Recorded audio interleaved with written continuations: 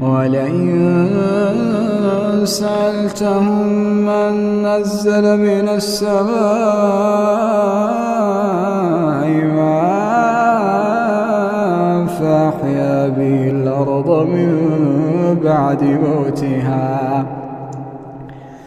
فأحيا به الأرض من بعد موتها ليقولن الله. قل